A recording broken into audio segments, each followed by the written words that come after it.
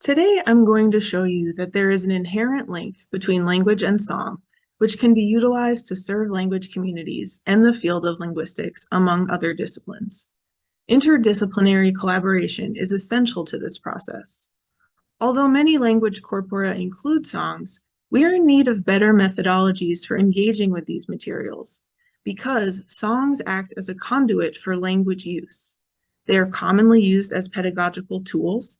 Their transmission supports language maintenance, and they often contain cultural and traditional knowledge that is directly linked to community health. I will be exploring 5 projects or case studies that exemplify how this type of work has the potential to make a far-reaching impact.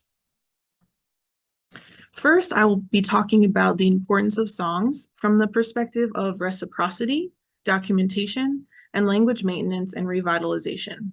Then I'll have some potential action items in the form of repatriation of archived materials, interdisciplinary collaboration, and then some advice from musicologists.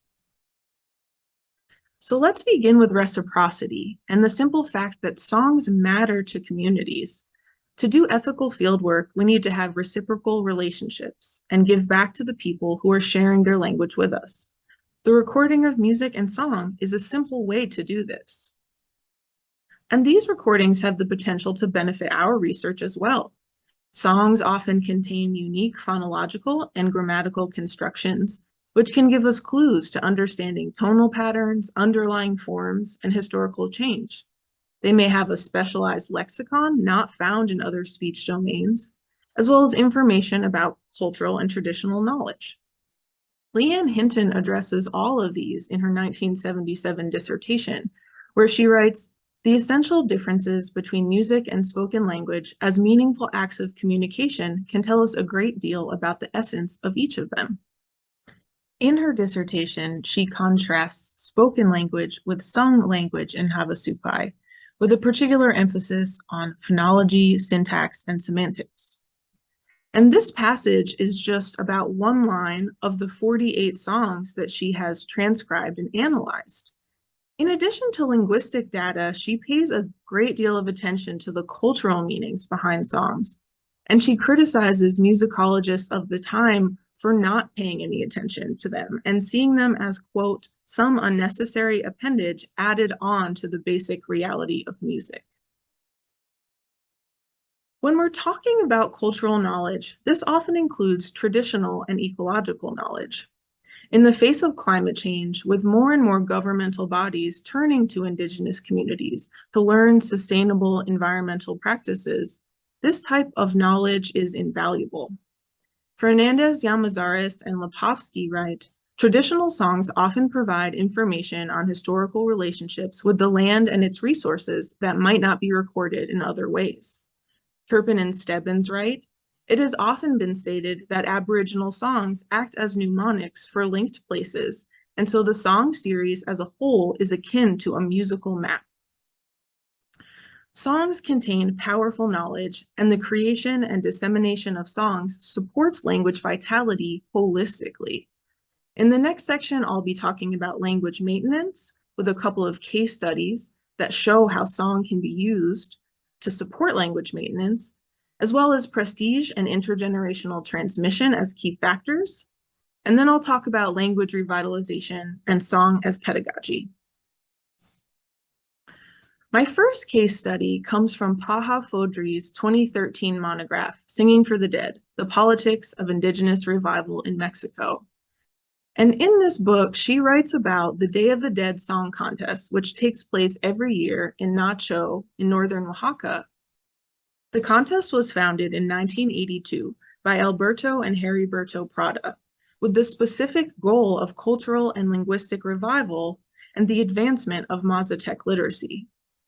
This contest has only continued to grow every year in popularity and has made a huge impact on the language use in the region.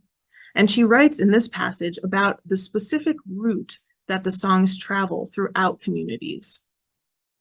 And a takeaway from this is that songs can serve as a conduit for minority languages to be spoken, spread, and celebrated. Another example of songs being used to promote literacy comes from Kate Lindsey and the Ende Language Project. Kate has documented an immense corpus of Ende, which she encourages junior researchers to use in their own work. Reciprocity is very important to her methodology, and she sought a myriad of ways to give back, including collaborating with local artists in the creation of books. These included alphabet books, storybooks, and songbooks. And what she found with the songbooks in particular was that because people wanted to be able to use them and to sing songs together, that this led to an increase in literacy throughout the region. This is one song from the book, which is illustrated using Sills Bloom software. And some takeaways from this are that acts of reciprocity might be serving a larger function than we realize, that songs serve as a motivating and galvanizing factor in language maintenance, and that Sills Bloom software contains open access clip art available to anyone. When we think about songs serving as motivation, we should also talk about prestige and intergenerational transmission. We know that a language's perceived prestige has direct impacts on language attitudes, which can influence how much intergenerational transmission is happening. In recent years, there has been a marked increase in Indigenous performers, rappers, and musicians who sing in their native language, encouraging young people to do the same. And this is just one such performer. This is Tall Paul, and a screenshot of the chorus from his song, Prayers in a Song. This is just one line from the chorus, which is completely in Anishinaabe-Moin. And then the verse is in English. And in this song, he's talking specifically about his struggles with learning the language and using it in a way that makes sense for him. There is a great deal of scholarship that supports the idea that song can be used as an effective teaching strategy. In Jesse M. Vallejo's 2019 paper, Revitalizing Language Through Music, a case study of music and culturally grounded pedagogy in 2 Gunyan-Geha Mohawk language immersion programs, she makes the argument that music and song should be valued as highly as language and literacy are. This is a screenshot from a news article about the Akwesasne Freedom School, one of the 2 schools that she uses in her paper, which is located in upstate New York. And a curriculum specialist from that school is quoted as saying, "Every storybook that I have and every theme that we have, I always put music into everything, every single story, all the curriculum that I make." So the findings from this are that songs function as a linchpin pedagogical tool. And a potential takeaway is that songs recorded during the documentation process can be used as revitalization tools. So now we've gotten to the what can we do about it portion of the talk. And the first thing I want to discuss is, in circling back to reciprocity, the idea of repatriation. As academics, we often have greater access to and knowledge of how to find recorded materials in archives. During the time of wax cylinders, the field of musicology, not dissimilar from the field of linguistics, engaged in a lot of salvage documentation. And while the field has moved away from this type of colonial preservationist mindset, there still exists countless hours of recorded songs sitting unheard in archives around the world. And finding these materials and returning them to the communities they were extracted from is one potential form of reciprocity. Another important action item is interdisciplinary collaboration. And this case study comes from Paul Lee and his work documenting traditional Formosan songs. At the second International Conference for Language Documentation and Conservation, he spoke about his work with 4 highly endangered languages, Baze, Thao, Ganaganavu, and Hla'alua. And at that time in 2011, he estimated that there were about 25 speakers remaining across all 4 languages. He said, "It is a race against time to record the native songs." He also said, "I'm very poor at music, so I knew I was in need of help from a musician." Some of his findings in the analysis of these songs was that they contained symbolic and specialized language not used in daily life, yielding rich cultural information. And a takeaway is that reaching out to other disciplines adds new dimensions to a documentary corpus. My final case study comes from West Arnhem Land, Australia, in a 15-year collaboration between linguists Ruth Singer and Isabel O'Keefe, ethnomusicologist Reuben Brown, and Manyardi practitioners Jenny David Rupert and Renfred Monmarulu. Manyardi is a traditional type of song and dance performed in the Hmong language. What they found was that Manyardi songs embed complex information, including metaphors in Hmong that encode symbiotic relationships between country, ancestors, singers, and dancers. And a takeaway from this is that interdisciplinary and community collaboration has the potential to yield mutually beneficial, far-reaching results. And I want to emphasize far-reaching. In this picture, you can see Jenny Monmarulu down in the right-hand corner. This is a screenshot from their talk at the most recent ICLDC. And here she has traveled to a local community, something she does quite often, to teach Manyardi to young girls. So we see intergenerational transmission happening through this interdisciplinary work.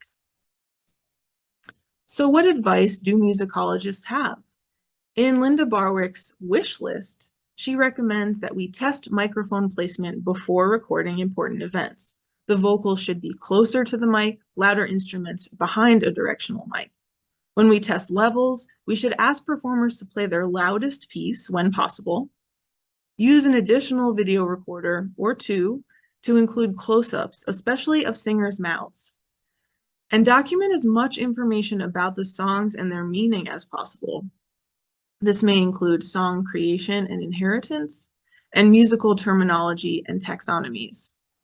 And very importantly, make yourself aware of cultural and ethical issues concerning ownership of songs and the acceptability of sharing knowledge about song texts. And some final advice comes from Turpin and Stebbins, which is that we need to define all technical terms. Things like rhythm, stress, and tone have very different meanings in linguistics and musicology. And finally, be open to opportunities for biomusicality and co-performance, which are common frameworks used in ethnomusicology. Biomusicality is the idea that you don't just learn about and research a musical tradition, you learn to perform it and practice it. And that you don't just do this alone in a room, you perform with other people. That's the co-performance part. Fitzgerald writes, learning songs and performing them are also a way to give back to the community and to honor the language in a public context. And I'd like to close with a quote from Alan Merritt, who writes, "But this is about far more than just the loss of songs. It cuts to the issues of health and well-being, education and social cohesions, and on a global level, to issues that quite possibly impinge on our future survival as a species." Thank you so much.